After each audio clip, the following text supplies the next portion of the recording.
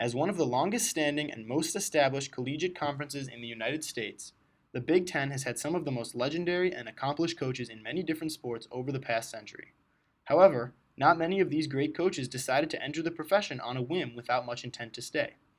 Not many of these great coaches debated between playing and coaching, and not many used coaching as a backup plan for when their primary desired job couldn't pay enough.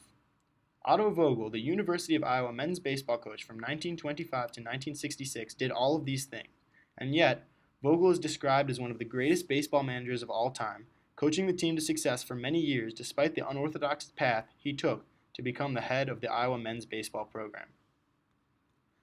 Otto Vogel was born in 1897 and grew up in Davenport, Iowa, playing football and baseball in high school, and beginning his freshman year at the University of Illinois in 1920. After playing football for a bit at Illinois and earning a starting spot on the squad as a center for a season, he suffered an injury to his right arm, which subsequently ended his football career. He then decided to focus on playing baseball, and was named an All-American from 1921 to 1923. He was described as, quote, the sensation of the conference over these years, and was nicknamed the Babe Ruth of the Big Ten, due to his hitting prowess. Needless to say, he enjoyed great success at Illinois playing baseball, and earned the Big Ten's Medal of Honor in 1923. He then went on to play for the Chicago Cubs. At this point in his career, it is safe to say that Vogel had no idea that his future would lead to him becoming the winningest baseball coach in University of Iowa history. Vogel's pro career was successful, although it was fairly short-lived. He was recruited directly to the majors out of college. He quickly adjusted to professional baseball, and his teammate Grover Cleveland Alexander was quoted as saying, "Vogel was a good hitter and a good fielder." The National League pitchers had a hard time with Otto then, as he was always dangerous. Vogel became an everyday starter, and became close enough to the core of the team to be part of an impromptu band with Cubs stars at William Wrigley's private estate in California during spring training. After playing for 2 prosperous years with the Chicago Cubs, he decided to retire due to injuries, saying, "I was debating whether to quit baseball, try coaching, or take a job in engineering.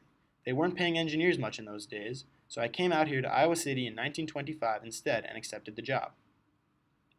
This lack of long-term commitment doesn't paint the picture of a man who planned on making a long and successful career out of coaching athletics, but Otto Vogel coached the next 41 years for the Hawkeyes, compiling 505 career wins at Iowa and 5 conference champion teams. He was selected to the College Baseball Coaches Hall of Fame in 1969. In a recap of the baseball season, the 1941 Hawkeye Yearbook praised his ability to individually develop each player's strengths, acting as a father figure and connecting with every collegiate athlete he encountered on a personal level. Vogel produced 10 future major leaguers in his time at Iowa, and also made a permanent mark on the game. A short biography of Vogel written by the Society for American Baseball Research states that, as Iowa coach, he perfected an aluminum alloy bat to cut down on the number of broken bats in practice. He also devised a pitching target consisting of an upright stand with cords dividing the pitching area placed over the plate, to enable pitchers to become accustomed to cutting the corners. These innovations still show in the game today, as aluminum bats and pitching targets are widely used at all levels. While his impact on the game as a whole is clear, it is truly remarkable how fragile the path that led to this impact really was. Once Vogel became the baseball coach at the University of Iowa, there were other factors at play that threatened to lure him away and end his coaching career before it came to full fruition. During World War II, he decided to join the Navy, becoming a physical instructor for pre-flight cadets and also coaching the Navy pre-flight baseball team. He enjoyed success there and considered not returning to the University of Iowa, although after consideration he did end up returning. Later in his career, in 1951, Vogel was offered a job coaching at his alma mater, University of Illinois, which had a better and more well-respected program. But after a month or so of consideration, he once again chose to stay at the University of Iowa. He also had other temptations to move away from coaching, like writing books and engaging in national tours talking to college athletic directors.